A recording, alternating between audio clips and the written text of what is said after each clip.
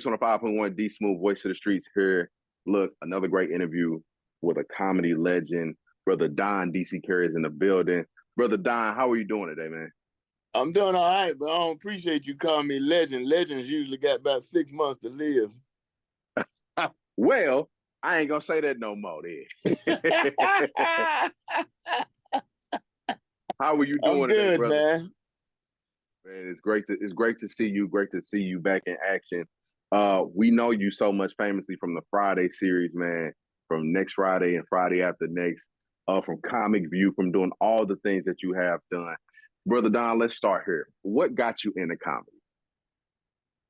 Well, I used to play baseball, man, and when we would be on the road, it was in the dance era, and after games on the road, you know, everybody chasing women and stuff. They go to dance clubs, but I couldn't dance, so I would go to little old comedy club wherever we were playing. And when I got out of baseball, I was in a comedy club one night. It's 43 years ago, and they ran out of comics. And it was open mic night, and they just said, anybody come up here. And I went up, and that was 11,000 and something shows ago. Woo! Talk about 11,000, man. Comedy is your thing, and you found your niche in it, of course, way back ago, man.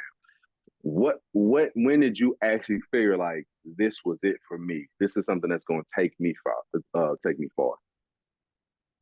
Actually, I felt like it was just a hustle, man, until they called me to do the Apollo, and then Def Jam, and then Comic View. And after those three back in the day, you know, that kind of legitimized you as a bona fide act. And that's when I started thinking about quitting working. What were you working at before, brother Carey, man? I was a contractor, man. I built highways and bridges. Okay. And you got off that hard life, man, and got into an easier flow, man. I like that. I like that for you, brother. It got to be good. It got to be easier on your back. I know that, but easy on my back. But you know, I enjoyed the construction business. You know, I'm a farmer now, man. I'm out here feeding my hogs now, fixing to. What's up, man? That's great. You've transitioned. You've done so much, and comedy has provided a life for you. Talk to me about some of your favorite comedians, or some comedians that had an effect on you coming up. Well, back in the day, for whatever reason, comedians were slow to help you, really, man, for whatever reason. But I tell you, it was about 5 guys that helped me. 5 guys that would openly talk to me. Paul Mooney, Richard Pryor, J. Anthony Brown, George Wallace, and John Witherspoon. I think the only ones left alive are J. Anthony Brown and George Wallace. George is about 150. Yeah.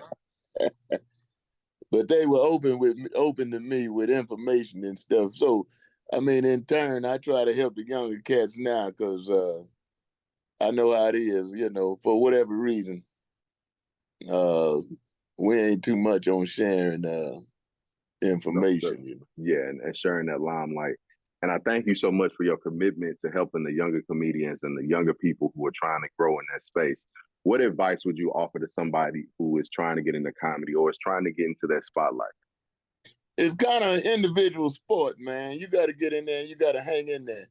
Some of the older comics are mad at the social media wave and the younger guys coming up in social media. I ain't mad at them. I do think they miss some growing pains by not being out there dogging it on the road like we did.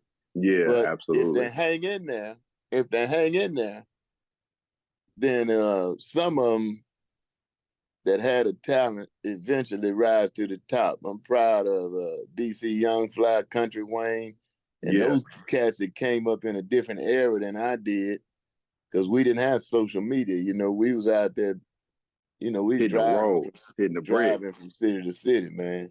Yeah, the so-called Chitlin circuit, but that's where we that's where you developed, you know what I mean? And so I think a Absolutely. lot of the younger cats are missing that at first, and then some of them hang in there and catch on, and some of them don't, you know.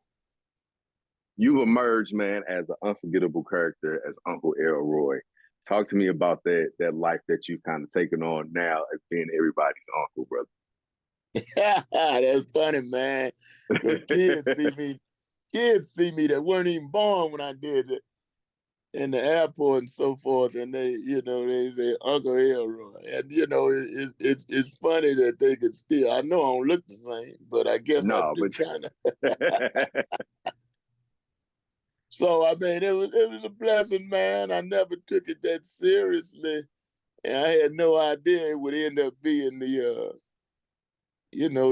phenomenon that it's become. I mean, it was absolutely. years ago, and it stuck with me. Some guys don't like being pigeonholed behind a character, but that obviously was my biggest part to date. And you did an amazing, phenomenal job on that part, brother, and so much so forth that it's Well, transcended generations, man. well, they did some good casting because I really ain't that far removed from Uncle Elroy. You really gotta pull and Rancho Cucamonga. I definitely understand that, brother. I appreciate you, man, and I appreciate your demonstration, and I appreciate who you are, man. So you coming to St. Louis for a host of shows at the Helium Comedy Club. What's your stand-up like, man, for somebody who hasn't seen you on stage? What's that experience like, the DC I really experience? do social satire, man. In my stand-up, I'm critiquing with no hate for anybody, but no fear of anybody, and I critique life as I see it as a black man in America, and Absolutely. If you're a black man in America with no sense of humor, God bless you. But You strong. hey, you strong, man. You a different type of brother, man. A different type of person. For real. So I speak my mind, and Paul Mooney said I'm too nice, but it's usually two sides to most stories, Absolutely, absolutely, brother. So, man, I cannot wait to come see you you do your thing here, man. For those people, please let them know. I know it's a 7 and 10 o'clock on Friday, and Saturday and Sunday. I'm sorry, I got that, brother Kerry. I'm gonna make sure they know that. Make sure you come out to see this brother. He's doing a phenomenal job. He's doing his thing right now, and he's gonna go feed his hogs. So I ain't gonna hold you too long, brother Kerry. I look forward to seeing you. I'm coming to your Friday show, so I'm gonna come see Come you. on, man. I'm gonna come backstage and come rock with you, man. Also, Come on, dog. Come on, man. I got a favor to ask of you, brother. What's So happening? that Friday, man, it's my cousin's birthday. They're twins. Would you mind if they came with me and came to see you? Come on, man. I got you, man. I got I you, man. appreciate you, brother. I appreciate you, brother. I'm gonna be the coolest cousin in the world because I got brother DC, man.